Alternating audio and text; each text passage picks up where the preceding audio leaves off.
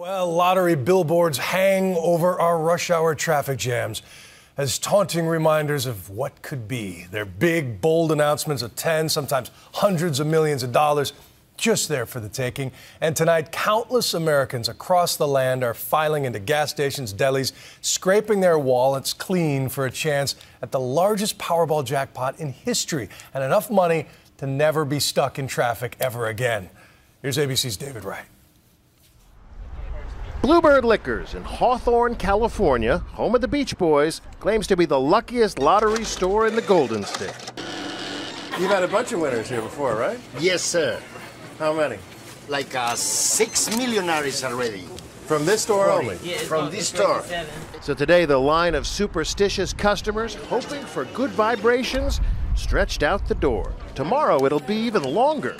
Powerball has only been in California a month, and that's one big reason the jackpot has jumped so high. All these new customers here in the Golden State. This has been phenomenal for the state of California as well as the California Lottery. We're selling millions and millions of dollars worth of tickets every day. Californians are in a frenzy. Everyone knows what they do with the money. I would travel the world and visit all the places that, I dreamt of going to that I can't go to. Nice. But turning dreams into diamonds all depends on picking the right numbers. Is there anything you can do to improve your odds? How about you? Did you pick any special numbers? Yeah, I did. I picked my birthday. But at Southern Methodist University in Dallas, they've actually done the math. Professor Scott Norris has done the math, to be more exact. His formula is painfully complicated. There are 59 possible balls and 5 are drawn, and the number of combinations is given by this formula. The solution isn't any simpler. So to get the total probability, we simply multiply these two numbers together and get a total probability of about 175 million. The odds don't change, no matter how many tickets are sold. Your odds are the same no matter how many people play. You just have a higher chance of having to split the jackpot. And all that talk of lucky numbers? Every number has exactly the same likelihood of winning, so it doesn't matter how you pick your numbers. 1 in 175 million. Long odds indeed. One statistician concluded you're more likely to be possessed by the devil than win the Powerball. In fact, the odds are better you'll be hit by an asteroid or devoured by a flesh-eating bacteria than win the Powerball. Not that you'd spring $2 a ticket for either of those things. The lottery is a collective fantasy, literally a ticket to dream.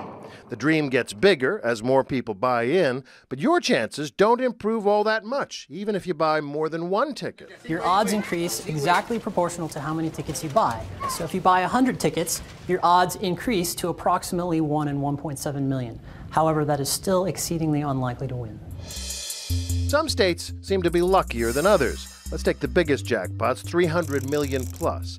Illinois and New Jersey have been lucky there. Both states have sold 3 winning lottery tickets worth that much. Michigan is home to one of the largest single cash payouts. Donald Lawson took home $337 million last year. Nebraska holds the distinction of selling the single most valuable ticket, $365 million back in 2006. But it was split 8 ways by workers in a meatpacking plant. What would you do with the money? Well, this week, ABC News posted that question on Facebook, and the answers, still pouring in, seem to fall into 3 categories. There are the dreamers. Levitra Willis says she'd buy all my female friends 5 pairs of shoes they want but can't afford. Jerry Grider would find me a young hottie and live overseas. Joe Danette won $75 million. If I can win, anybody can win. The former construction worker, unemployed when he bought his Mega Millions ticket, went on a $20 million spending spree. This is my toy. A fleet of ATVs, cars, a boat, 6 houses. We call that end of the house the East Wing. And for his wife, Megan, a 4-carat diamond. His biggest purchase? I would say my NASCAR team. He spent $1.5 million on a NASCAR racing team. He's spent almost half his winnings. We don't have to worry about money. But he's doing better than most lottery winners. 44% have spent all the money in 5 years or less. Joe still has 20 or 30 million left. It's nice to be able to get up in the morning and say, I don't have to go to work. There are also the do-gooders, folks like Jennifer Wofford, who says, I would give, and give. Connie Little says she'd feed the homeless from state to state. Sonia Nelson Castjohn would start a nonprofit charity to help those not even looking for help, needy, hardworking folks. It has happened.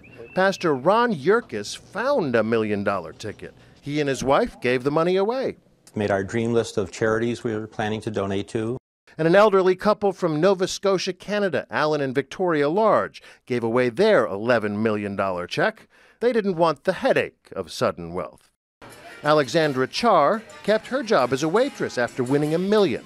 She remembers the fun in telling her boyfriend. And I went inside and I asked him if he had any doubts about me. And he said, I'm going to marry you one day. Everything's going to be okay. And then I said, yay, because I won $1 million. Good answer. Alexandra believes if you think money will buy you happiness, you'll have a hard time finding it. I asked myself, why is it me that won the lottery? I believe it was given to me because I'm going to do something great with it.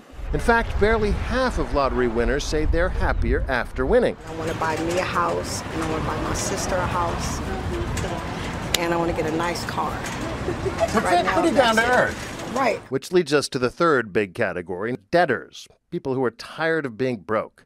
Amanda Lutterman says she'd buy a house, pay off bills, and chill. Tammy Rainey, pay off my student loans. That's all I'd want. Have you thought of what you're going to do with all that money? Nope. Too much money to think about. But you're putting in your $2. Oh, yeah. Can't win it if you don't play in it. True, but your chances of winning are only slightly better if you buy a ticket than if you don't. That's why in Dallas, that math whiz professor has never played the lottery. Ever. I'm David Wright for Nightline in Los Angeles.